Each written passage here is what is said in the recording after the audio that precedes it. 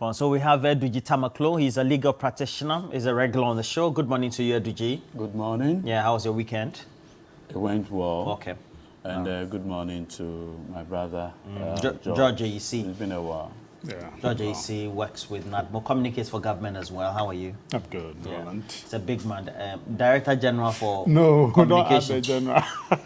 You're not Director General for Communication. I'm the director for communication. The Director of director general is the boss of the organization. All right. The Honorable I Eric need to learn the Nanaji strata Mabambe. of organogram of many of these MDAs. Good to see Council.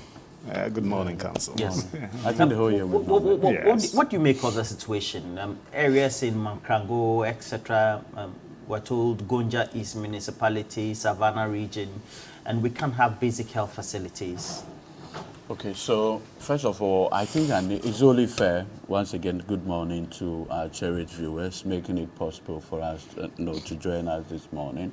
What I find a bit curious is the consistency with which TV3 you've advocated for less privileged communities, and it's so consistent. For the past few weeks that I've been on the show this year, I've realized that your very first insist is always some of these less deprived communities. You're showing kids struggling with sanitary issues. You know, you are showing, like what you've just shown today. We've seen schools, some under trees and others. So I need to really, really commend TV3 for this laudable initiative. I should believe that it's part of your corporate social responsibility. Very, very good. And the opportunity to even highlight. My only issue is that I expect that policymakers, decision makers, should have some of these recordings or documentaries so that they can be a bit more rapid in terms of their response to resolving some of these challenges. And some of these things borders on health. The person needs a certain kind of medication or treatment immediately. The lack of it, we all know. Like I always make the point, nobody has another life in a deep freezer, where if this one is lost, you can easily go and pick it up. So this initiative is great. I strongly believe that this government particularly would refocus on the things that matter. If you look at the expenditure coming from the office of the president and some of the things that they spent hard-earned monies on, and to see that hospitals like this are struggling for basic theater and medical lab, equipment. It tells you that we have a long way to go.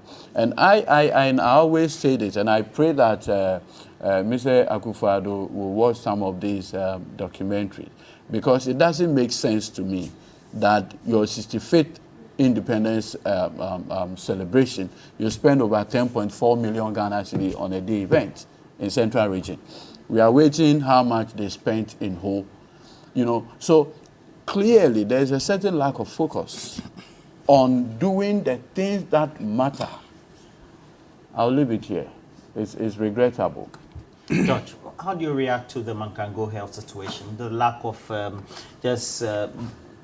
the basic laboratory services, health services that are needed, at least the few health facilities that are available. Others will have to travel long kilometers to be able to access. Yeah, that's good. Good morning to our viewers. It's unfortunate, and I must also add my voice to counsel to comment TV3. Last week I was here, and one of the major social issues was the education in one of the communities, I think still in the Savannah region. And today we are looking at the health facilities there. And so you're beaming your light on major challenges. So we commend the mission team and the sponsors for a very good work. One thing too I've realized is that you don't just beam it and leave it there. They achieve results. Sometimes we get government's quick reaction or the private sector going in to help resolve the issue. And that is phenomenal. We commend and I doff my hat for the mission team and TV3. Having said that, this government is a government that is committed a lot of resources and made a lot of investments on people-centered programs. We look at our hospital facilities as challenging. We are taking the steps. In his last State of the Nation address, His Excellency the President had intimated that a lot of work is going on, but everywhere he had gone to, there are still needs for more development projects in terms of roads, hospital infrastructure, school, and others. Okay, and so he's borrowed, yes, he's raised monies, and he's invested them across the constituencies in the country. But, you know, you cannot resolve all of them at a go. That is how come investments are going. But it's worrying. If you live in any rural community, and the hospital infrastructure is in a dilapidated form or not well resourced, it's challenging when you're sick.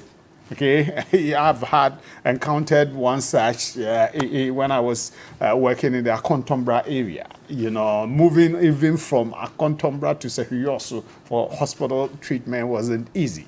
And so if you have, and if you are lucky to get there and there's a doctor or a nurse there, but they cannot help you because basic amenities like the lab services are not there, it's worrying. That's how come government is saying that we've identified about 88 districts across the country out of the 261 districts that do not have district hospitals. And so we need to get them, hence the agenda 111 policy that is going on. But whilst that is going on, it will be proper that we do whatever support we can give to some of these ones to be able to function properly and to their maximum effect. Don't forget that we've rolled out the drone services, okay? It's all aimed at helping the sick in rural communities. We have, I think, about 6 drone centers across the country that are taking supplies to these facilities to help save lives of the people. So I think gradually we'll drift in there. This government's program and policy towards the welfare of the people is on the high scale. And we should just continue to encourage government to do more to support the people, especially in the rural communities. And TV3 should also go on to be bringing out some of these. You know, we know development is concurrent across the 261 districts, but sometimes resources are not such that can cut across education, health, water, and all that. So you prioritize, and then we move on. So yes, I commend you, but government is committed to continuing to helping and improve these facilities in the rural areas.